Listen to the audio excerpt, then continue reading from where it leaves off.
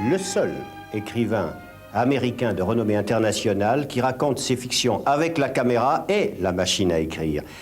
Je pense à votre grand roman L'Arrangement, dont vous avez fait ensuite un film.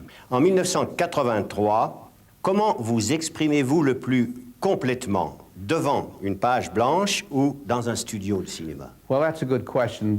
Oui, c'est une bonne question.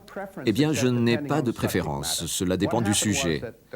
Ce qui s'est passé, c'est qu'après avoir fait une vingtaine de films, certains réussis, d'autres moins, mais ayant investi tout mon cœur dans chacun d'entre eux, chacun m'ayant demandé un grand effort pour dire quelque chose, j'ai senti le besoin de plus d'espace, de place pour faire des digressions, des commentaires, pour élargir la portée et l'émotion d'un film.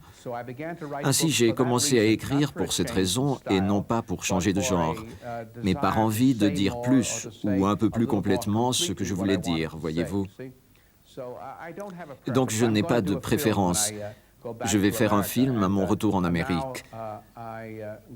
Je reviens au cinéma car pour écrire des livres, et j'ai commencé très tard, j'ai écrit mon premier roman à 55 ans, j'ai dû renoncer à toute autre activité pendant quelque temps. Ainsi, je n'ai fait que 2 films durant ces 15 dernières années. Maintenant, je crois que je peux faire les deux.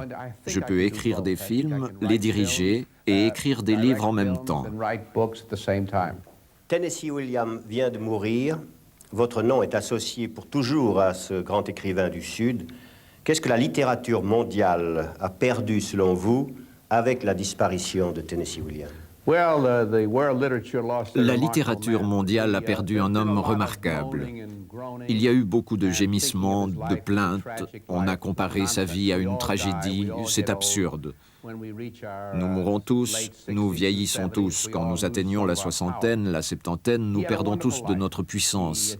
Il a eu une vie merveilleuse. Il a accompli ce qu'il voulait faire. Il a écrit quelques chefs-d'œuvre. Des acteurs, des actrices lui sont redevables.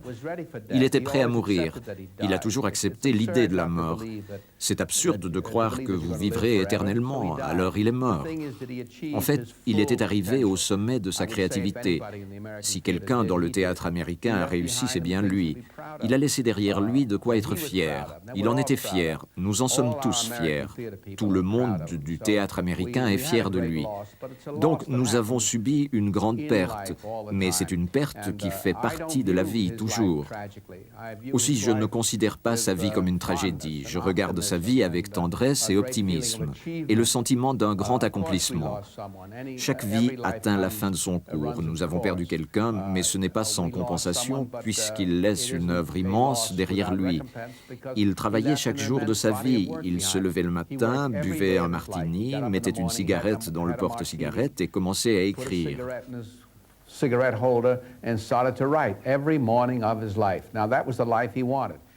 C'était la vie qu'il souhaitait vivre. Il a voyagé partout dans le monde. C'était une force de la nature.